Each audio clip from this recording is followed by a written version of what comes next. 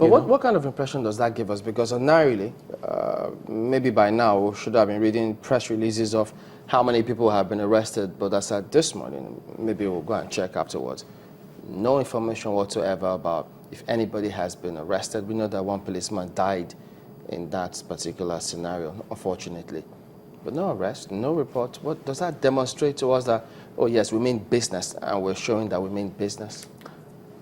Well, sometimes you see security issues are not really discussed in the open. So I cannot beat my chest. I cannot say that nothing has been done.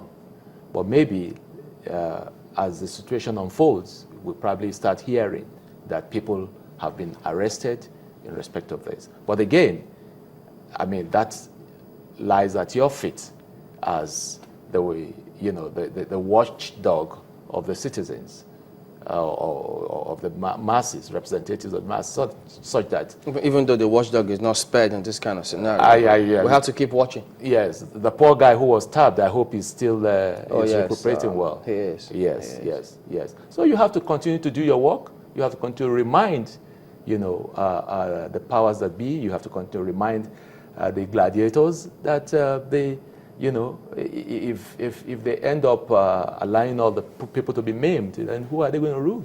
But the thing about this peace pact that we see them signing on a regular basis, if I were a politician and I sign a peace pact saying I will conduct myself properly, I will ensure that things don't go out of hand, and then maybe some people who are described as my supporters are caught fomenting trouble, can they arrest me?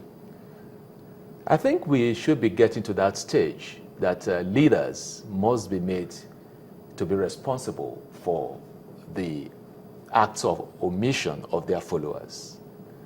Because I give an example.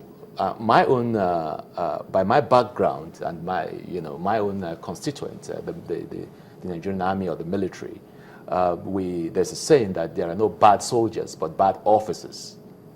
So it is expected that as a leader, you should lead your people. And you should be able to look at them in the face and tell them that you want to get me into trouble? Because if anything happens, I will be called to answer.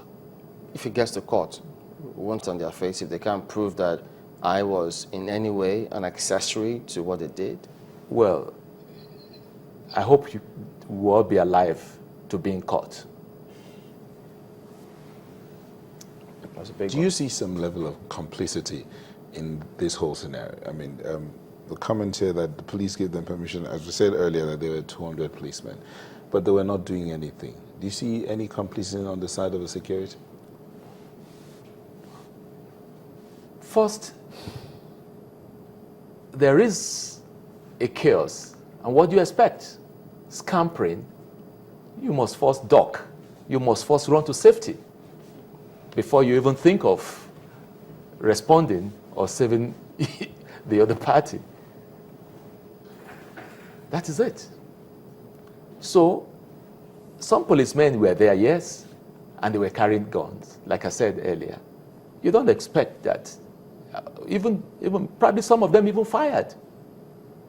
But thank God that, the casualty rate was very minimal. Because if they had really, exchanged fire, maybe across, we'll be talking, more casualty than was recorded, than we're told or was reported, would have been recorded, Could that scenario have been avoided? I believe so. On both the part of the police. I mean, you've said that, in the face of it, you would have advised that, that particular political party not go ahead with its rally. But do you think that there was anything the police could have done to assure that statements such as "do not come to this area to hold a rally" would not stand? Well, again, when I said that, Chamberlain came up with the fact that, look, this is about the third time that these people have been trying to hold this rally. And incidentally or coincidentally, this is the hometown of the gubernatorial candidate. I told you that. Not well, that came up during during the course of that's his hometown, you know. Yes, because that's another twist to the whole scenario. Like I said again, I expect at that stage that efforts should have been made to bring the principal or the contestants together, you know, by way of brokering peace and allowing them that, after all, you guys, you staged your own rally and we did not disturb you. So allow us to do ours too, you know. So bring them together. The other question about this is, even though we have to double check about his hometown, when the general elections happen, you know, we won't have the luxury of deploying, 4,000-5,000 security agencies, officials to one state. No. They will be spread thin across the country. Is that an advantage or what? How will we describe that? Because cases like this, they need extra security work to be put into it. Well, again, you find out that we cannot run away from the fact that Nigeria is highly cosmopolitan. We're talking of a population of about 180 million to 200 million. And then we have villages, communities scattered all over the place. And we have people in diversity, people with different kind of shades of opinion and their ways of their personality. So we cannot run away from having issues like this. But like I said earlier, because of the general situation, the postponement of the election, the politics is so heated up. And this is not just. This is a campaign, a rally. Yes. Not the main election. So if both parties are holding on to whatever it is they're holding on to the extent that they want to prevent that amount of people coming to campaign, that suggests what we should prepare for the big elections. Yes. We must all wake up to it. Again, thank God we're able to see this and through your efforts. So a lot of things like this should be aired, and then so that lessons can also be learned. Well, it's come at a price, and I think it's very important to state that. And one must also note that I don't think it's all the time that media houses who want to put their personnel in harm's way.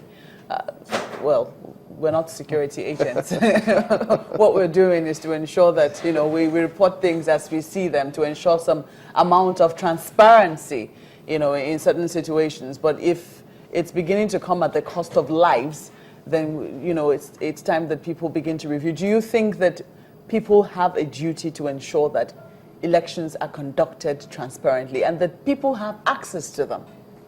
I do believe that's a right that is sacrosanct. Election should be conducted, with all transparency. It shouldn't be a do or die thing. In everything about life, there must be winners, there must be losers. And if you don't win today, who says you can't win tomorrow? You think there are situations that could defy peace, that could defy peace moves? Yes. But should it defy security agencies from doing their job? Mm-hmm. We've seen several shows of force. Mm-hmm. Is that helping? Yeah, for instance, if, this peace pacts, this peaceful, civil peace pact are not working, do you think that there's anything more that security agencies can do? Well, I don't. Then there will be, then they should force.